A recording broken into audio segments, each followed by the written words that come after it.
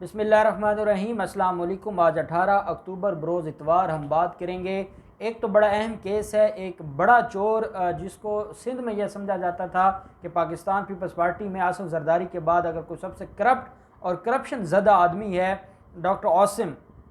Doctor Asim के बारे में एक फ़ैसला आया है हमारी नैब अदालतों का और उनको बैरून मुल्क इलाज की इजाज़त दे दी है। मैं नहीं समझता कि नवाज़ शरीफ के बैरून मुल्क जाने के बाद क्या हमारे अदालती निज़ाम को अभी तक ये समझ नहीं आई कि हम बाहर भिजवा तो देते हैं इलाज के लिए और फिर वापस बुलाना बड़ा मुश्किल हो जाता है। तो वो केसेस क्या हैं और किस केस में क्या फ़ैसला हुआ है और कब से कब तक उनको बैरून मुल्क जाने की इजाज़त दी गई है, इस अहम केस की समाअत और तफसीलात मैं आपके साथ शेयर करूँगा। इसके अलावा जो हम पहले जिस टॉपिक पर बात करेंगे वो है जुडिशल कॉन्फ्रेंस हुई है कल कराची के अंदर फ़रोग नसीम साहब की सरबराही में, जो कि वज़ीर कानून हैं। और फ़रोग नसीम साहब ने जो सियासी जमातों के हेड्स हैं जिनके ख़िलाफ़ केसेस जा रहे हैं नैब में, तो उनके हवाले से खुलकर डिस्कशन की है और फ्यूचर बताया है कि अब इनके साथ क्या होने जा रहा है। और फिर जिन लोगों ने आर्मी के ऊपर, आर्मी इदारे के ऊपर और आर्मी चीफ के ऊपर हमले किए हैं या बात की है या इल्ज़ामात लगाए हैं, उनको भी बड़ा करारा जवाब दिया है फ़रोग नसीम ने। वो मैं आपके साथ शेयर करूँगा। ये जुडिशल कॉन्फ्रेंस हुई है कराची में, वहाँ पर फ़रोग नसीम साहब ने यह कहा है कि वफाकी हुकूमत आइन और कानून के फ़रोग़ के लिए काम कर रही है, इंसाफ के फ़रोग़ के लिए काम कर रही है और आम आदमी के बुनियादी हकूक़ और करप्शन के ख़ात्मा हमारा बुनियादी एजेंडा है। फ़रोग नसीम साहब ने कहा, उनसे जब ये सवाल पूछा गया कि गुजरांवाला जलसे में नवाज़ शरीफ ने यह तकरीर की और नवाज़ शरीफ ने यह कहा है कि उसके ख़िलाफ़ जो कुछ हो रहा है वो उसके ख़िलाफ़ जिस तरह की बातें हो रही हैं वो सारी की सारी जो बाजवा साहब हैं उनकी वजह से उनके ऊपर ये तशद्दुद या जुल्म सितम हो रहा है और उनकी वजह से उनके खिलाफ केसेस बने हैं और नवाज़ शरीफ बाहर छुप कर बैठे हैं। मरियम ने भी अभी थोड़ी देर पहले आज कराची में ये बात की है कि हमारी लड़ाई इमरान खान के साथ नहीं है, हाँ ये बच्चे हैं, हमारी लड़ाई तो बड़ों के साथ लड़ाई है। बड़ा चोर और बड़े इंसाफ देने वाले, आर्मी का इदारा इंसाफ देने वाला बड़ा इदारा है और नवाज़ शरीफ चोरों में सबके सरदार आला हैं। तो वो मरियम कहती हैं कि ये बड़ों के साथ लड़ाई है, हमारी इमरान खान के साथ लड़ाई नहीं है, ये कोई बच्चों की लड़ाई नहीं है।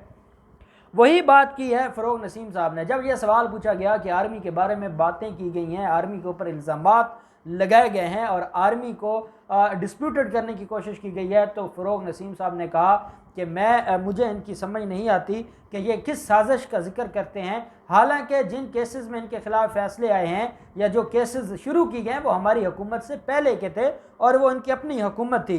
फ़रोग नसीम साहब ने कहा कि इस बयानिए की कोई गुंजाइश नहीं है क्योंकि दुनिया भर में मुख्तलिफ ममालिक के रहनुमाओं के नाम भी पनामा पेपर्स में आए थे और साबका बरतानवी वज़ीर आज़म के भी नाम आए थे, लेकिन उन्होंने ये नहीं कहा कि हमारे ख़िलाफ़ कोई साजिश हुई है। उन्होंने जो उनके ऊपर एलिगेशंस लगे हैं उनका जवाब दिया है और जो प्रॉपर्टीज़ ख़रीदी थी उनका सबूत दिया है।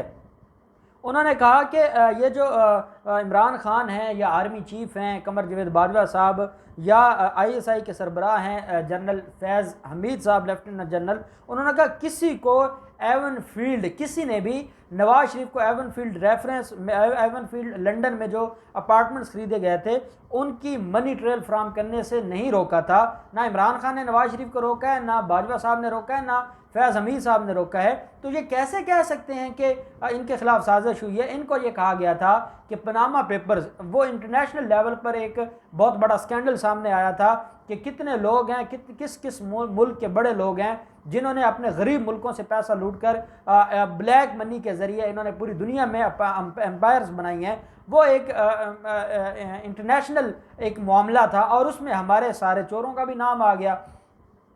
अब इनसे ये सवाल पूछा गया कि ये जो एवन फील्ड अपार्टमेंट्स हैं जहां आज भी नवाज़ शरीफ, जिसने पार्लियामेंट में ये कहा था, जहां ये हलफ दे के बैठे होते हैं कि मेरा उन जायदादों से कोई तलक नहीं है और आज इस वक्त भी वो एवन फील्ड में क़याम पजीर हैं।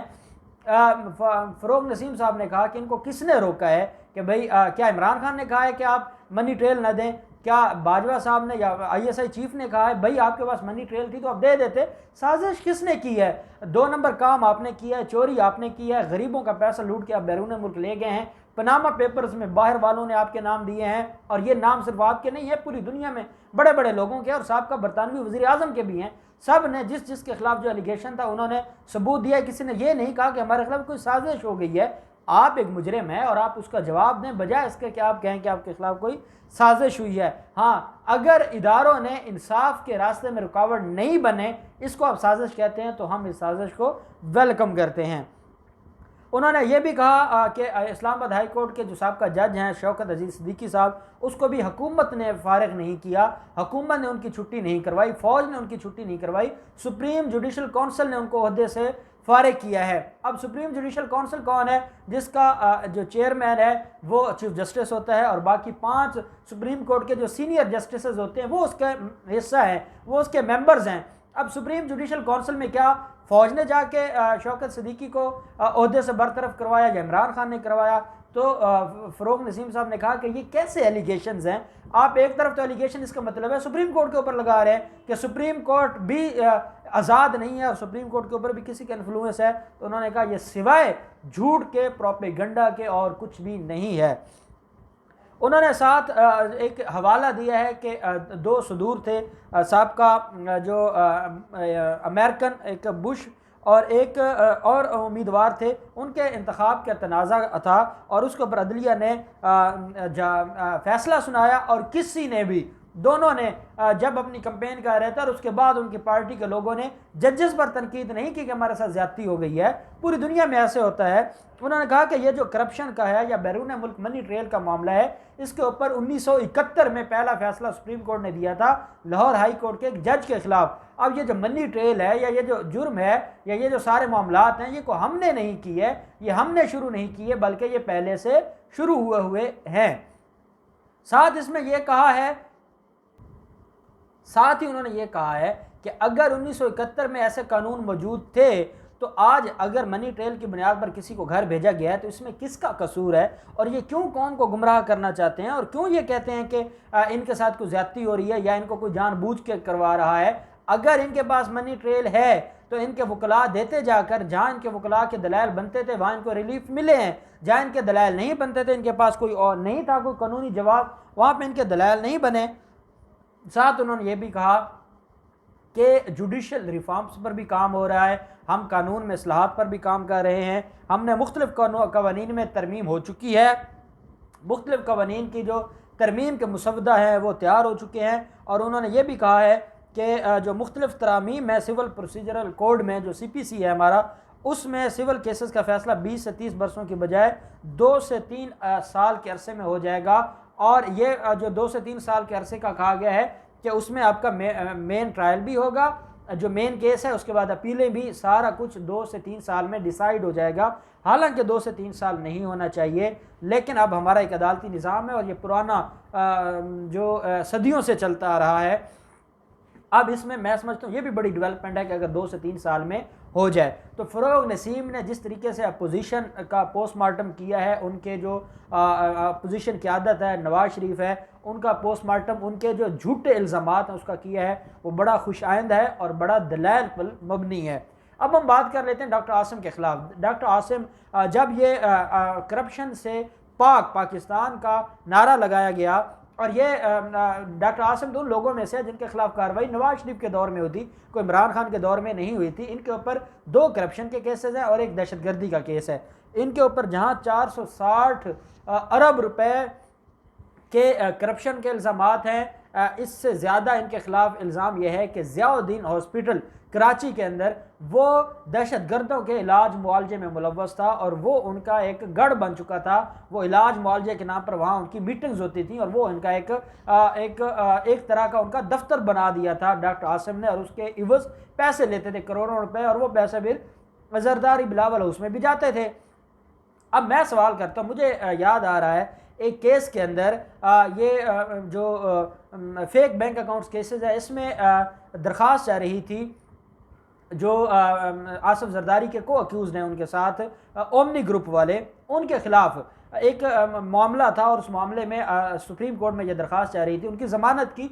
सवाल ये उठा कि वो बीमार है और उनको बैरून मुल्क इलाज के लिए भेजा जाए, तो सुप्रीम कोर्ट ने कहा था कि आप भूल जाएं आपके किसी को बैरून मुल्क इलाज के लिए भेजा जाएगा, अब किसी को भी नहीं भेजा जाएगा, एक को भेज के पहले अदालतें पछता रही हैं। वही मामला जब आसिफ गनी मजीद का मामला था, अब क्या होता है, अब उनको भेजा जाता है, डॉक्टर आसिम को ये इजाज़त दी जाती है कि 19 अक्टूबर से लेके 25 नवंबर तक 1 माह 5 दिन उनको दुबई भिजवाया जा रहा है इलाज के लिए। दुबई में कोई उनकी कोई रीढ़ की हड्डी का मसला है और उनको भिजवाया जा रहा है। मैं ऑनरेबल जो हमारी ट्रायल कोर्ट है, जो नैब की अदालत है, मैं उनसे बड़ा आजिज़ाना और कानून के तालिब इल्म होने के नाते मैं सवाल पूछना चाहूँगा कि जब आपने ये ऑर्डर कर दिया है तो क्या आपके नॉलेज में ये बात थी या आपके सामने ये बात थी कि इनको वापस कौन लाएगा?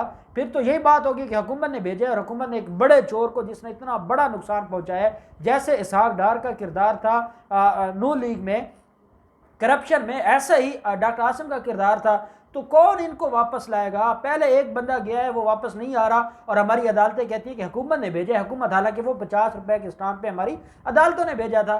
अब इनसे मेरी बड़ी आजिज़ाना सी और मुअद्दबाना सी गुजारिश है, जनाब आपने ऑर्डर तो फरमा दिया है, कौन उसको, आपने क्या ये लिखा है कि उसको वापस कौन लाएगा? नहीं आएगा तो कौन जिम्मेदार होगा? और क्या बाकी यहाँ दुनिया के इलाज नहीं हो रहे? क्या पाकिस्तानी बाकियों के इलाज नहीं हो रहे?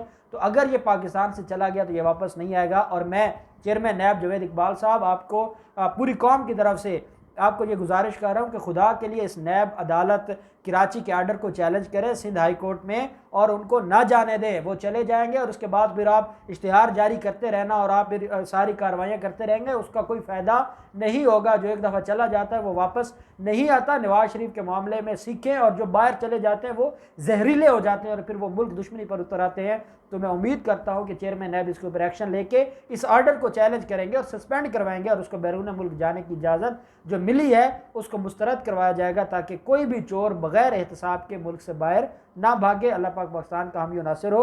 बहुत शुक्रिया। अल्लाह हाफिज़। पाकिस्तान जिंदाबाद।